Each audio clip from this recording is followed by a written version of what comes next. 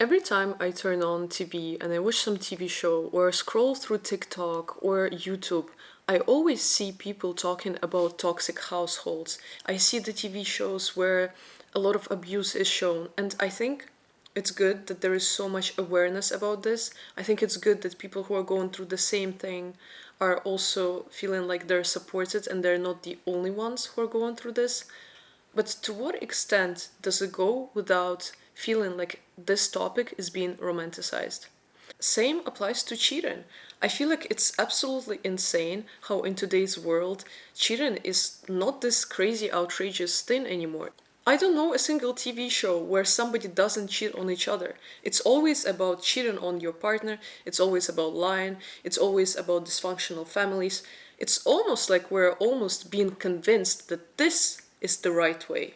Now, in order to hear the good news, you have to look for it. You have to be subscribed to, for example, Good News Movement, or you have to listen to this amazing guy from TikTok who says, today is September 5th, and this is the only time when this day is going to happen. For the first and only time, it's July 14th, 2023, and you're on the good side of the internet. It's almost impossible today to find a person who doesn't suffer from depression, who doesn't suffer from anxiety, PTSD, because it's not only that we, God forbid, experience it in our families, but we always consume this content where everything is so difficult, where everybody is depressed, where everybody is going through the worst times. Why? I always say that the biggest privilege of my life is not my parents' wealth, but it's the healthy family where I was growing up. And when I was a kid, even in like elementary school, I was listening to my friends whose parents were going through divorces, and they would say how they hear them fight or how they scream at them, and to me it sounded so crazy. It sounded like this is some parallel reality and this cannot be happening. I can't believe that other kids have to go through this. But as I was growing up, I realized that it's no longer strange to me to hear this. It's almost crazy when you have a family who's supporting you, a family who is cheering for you, who's rooting for you, a family who wishes you well has become so rare. So I thought that we really hear a lot about dysfunctional families all over the place. If you're from one of those families, my heart goes out to you, and I'm rooting for you, and I hope you will be able to get through this. I can't even imagine what you're going through and how difficult it must be. But we're not responsible for the families where we are born. But we are responsible for the families which we are creating. I feel so blessed that I was able to grow up with two healthy and mature adults. And I wanted to tell you a little bit of how they were raising me in order for you to find it hopefully helpful, and maybe you will implement those practices in your future as well. First of all, the way my parents were seen raising their kids, they never wanted to raise good kids or convenient kids. Because by having a convenient child, only a parent benefits. Because it's so nice when the kid is listening to you because you said so. But how can a kid like this be successful in life if you're not letting him or her express their opinions, if you're not teaching them how to voice their opinions and how to stand up for yourself? How can you expect a child like this be successful when you are not providing them with an opportunity to express their opinions with you?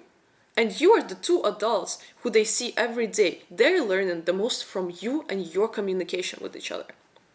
My parents never told me that I have to be a good kid. Because what is a good kid?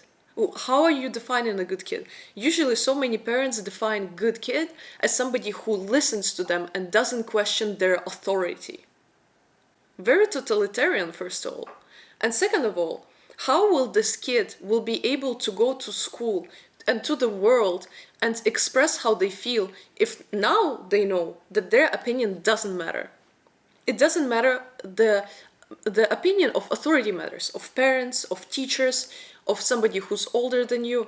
Where does that put the child? Why are you teaching your child from birth that their opinion doesn't matter? And if your child's opinion doesn't matter to you as a parent, then how can a child have any confidence in themselves? Because you are supposed to be telling your children that their opinion is the most valuable on earth. There are no brighter minds than your kids. And yes, I know that some will say, aren't you scared that there's going to be a narcissist, that the child is going to be a narcissist when they grow up? But of course, I don't want my kids to be a narcissist. Don't get me wrong. But I would rather have my kid be a narcissist than a rug where everybody is walking all over them because they're too scared to set boundaries. They're always second for themselves. They're constantly looking for validation from all over the world because they don't have their own self-worth, because they're so scared that they're not looking good in front of other people. When my parents and I would disagree about something, and of course every parent and every child disagree about things at some point of time, my parents never told me that because I said so. You have to do this because I said so. Okay, it doesn't explain anything to me. You said so, so what? Where's the logic in this? My parents always told me during our arguments, Albina, if you don't like how we're talking to you, let us know. Voice your opinion. Make sure that you're voicing something when you're uncomfortable with this. Because you cannot expect people to read your mind. We as your parents, yes, we can feel your emotions, we can read your face, of course, but you can never assume that other people will not do something without you asking them to do it. For example, you don't like how your friend is talking to you, you cannot guess that they don't like it, because maybe for them it's appropriate, but for you it's not. So voice it. And moreover, by doing this, my parents also taught me how to set boundaries. For example, if somebody would talk to me in a way which is inappropriate to me, I would let them know right away. And I would never let them repeat this behavior. Because if they do it once, and after I ask them not to do this, when I already drew my boundary, and when they're doing it the second time, that's it. I'm not going to be explaining myself. This is not my job to explain how to treat me. And when you're not teaching this to your kids, you are putting them in a position where they constantly forgive others, when they have to think of the reasons why this person acted this way towards me. What can I do in order not to be in this situation again? Guys, who cares? Does it really matter to you? There are so many people in the world and you're so stuck up on this friend, on this boyfriend, on this girlfriend. Who cares? And this what happens when your parents teach you to seek for validation. When they tell you, you have to be a good boy, you have to be a good girl. No, I don't. Because if my parents tell me that I have to be good, then I start looking for everybody to tell me that I'm good. And that's why setting boundaries is bad. It's bad because you're making somebody else feel uncomfortable. Without caring how it makes you feel, you're always filling in other people's cup while leaving yours empty. How can people respect you when you don't respect yourself? Guys, I'm a very nice person, but if a person does not support themselves, if they don't care to benefit themselves, why would I want to do something for them which they're not even willing to do for themselves? It's not my job. But when a person sets a clear boundary with me, I'm like, wow, okay, so they know what's appropriate for them, they know what's not appropriate for them. And if I cross this boundary, am I willing to lose this person? Am I willing to do something which they don't like? And I will think twice before doing something which they don't like, because I know that they have strength to leave at any point. And that's what makes it exciting, knowing that your friend or your boyfriend or whoever, he has or she has a personality which is strong, and they stick to their words. Because when you start doing those empty threats, oh, if you talk to me like this again, I will leave. And then it keeps on happening and you don't leave, and then he keeps on cheating on you, and then you're saying, but next time. Next time what? Like, at this point, don't even annoy yourself. Like, okay, I heard this so many times, nothing changes, so you gave me a permission to act this way, and you show me every day how you are allowed to be treated. It's you, it's not me. You are letting me cross your boundaries, and you keep on staying. So, now we're talking about relationships, but the reason why I'm talking about relationships is because so much wisdom which your parents give you and how your parents treat you and how they treat each other, it will really impact all of your relationships, not just romantic ones, but your friendships. I had friends who pushed my boundaries. When I was in high school, I had friends who I thought were using me, but I wasn't sure. And the great thing about my parents is that they never tell me you have to stop talking to this person, or this person is good for you, this person is bad for you. My parents believe that I have good judgment, and they will only give me advice when I come to them and ask for one. They are not giving me unwanted advices. And by the way, when your parents or anybody else gives you an unwanted advice, it already puts them in a position where they're dominant, because they know better than you are. You are small and they're big, and they tell you how you're supposed to be acting. It already puts you like in this very weird position. That's why my parents were never giving me unwanted advices. And if they really wanted to give me an advice, first my dad would come up to me and he would be like, would you like me to give you an advice on this topic? And if I would say yes, only then he would do it. So when it came to my friends, and I thought that one of my friends was using me, I came to my parents and I told them, I don't know if they're crossing my boundary. I don't know if I even set this boundary in the first place. It's not like everything is very straightforward that I can point on one particular thing, but everything just feels strange. I'm like, should I say something? Should I explain myself? Should I expect them to do something? What should I do? That was pretty much my question. I was like, what should I do? And my dad told me, wait, so you already feel strange about this? And I'm like, yes. And he's like, all right, so why are you continuing? And I was like, because, I don't know, because we are friends, we have history. And he was like, sometimes people are meant to learn from each other at particular times, and then they might outgrow each other. You don't have to stick with all of your relationships. Of course, my dad didn't mean marriage. The way my parents see marriage is completely different. That's for another video, for another topic. But friendships, it's very different.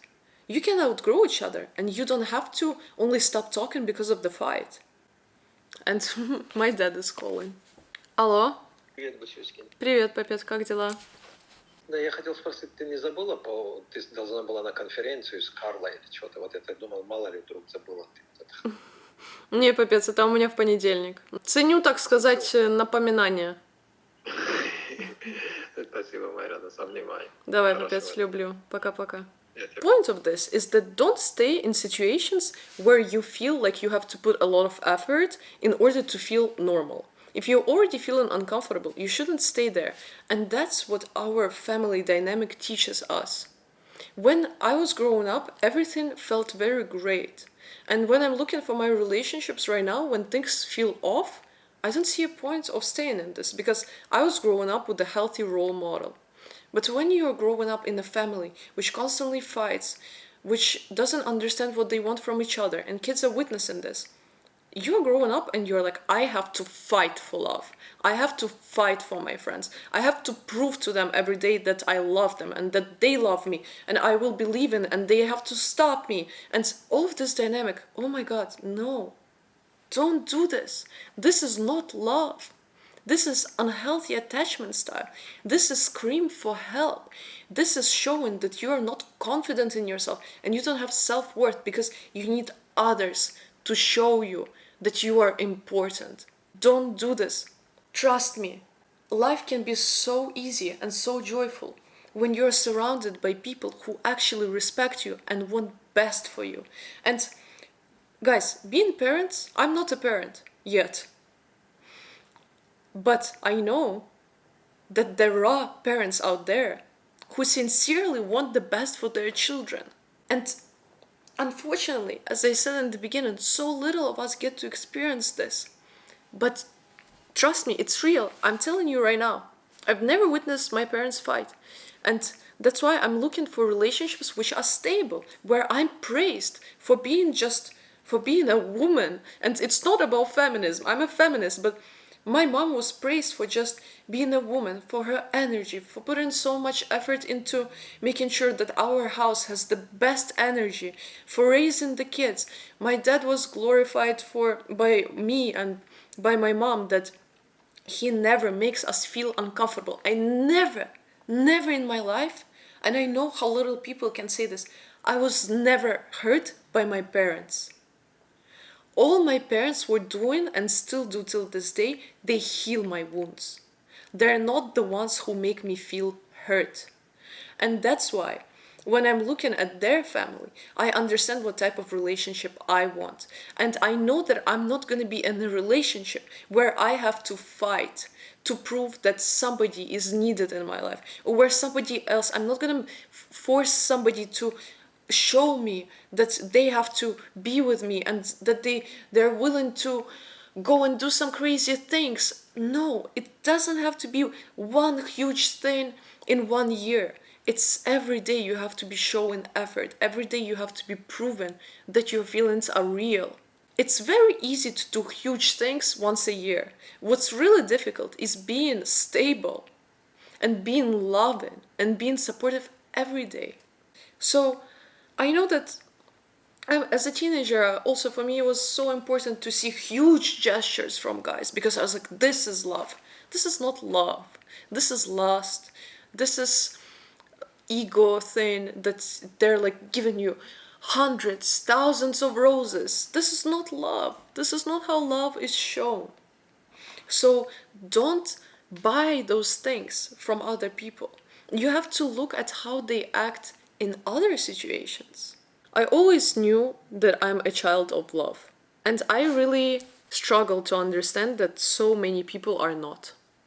I was given this unfair advantage of being born into a wealthy family, being born into a healthy family. But it breaks my heart when I see how many of you are going through a completely different experience. My big goal in life is to share the love which I was given. And if I would say this when I was 17, I would laugh at myself. Because what is sharing love? But after I've experienced wars, after I've experienced many different things, I understood that the only thing which matters in the end of the day is how you make other people feel. I was so blessed to be surrounded by people who make sure that I always feel good. And I want to make sure that other people feel good as well. This is such a stressful world. So much is going on. There are wars, there are crises, the poverty and wealth gap, all of this is growing. And we're losing hope every day that things will get better. But they will. Because you got me, and I got you. And even if today we can change only one person's mood, because it starts with your mood, then it will turn into behavior, and then it will turn into hope, and then hope will turn into actions, and then our life is going to be completely different. So I hope you're able to create the family which you desire, and I hope, if you don't want a family, that you're always surrounded by the best people, because you deserve nothing but best. And I'm here for you, and as always, I'm rooting for you.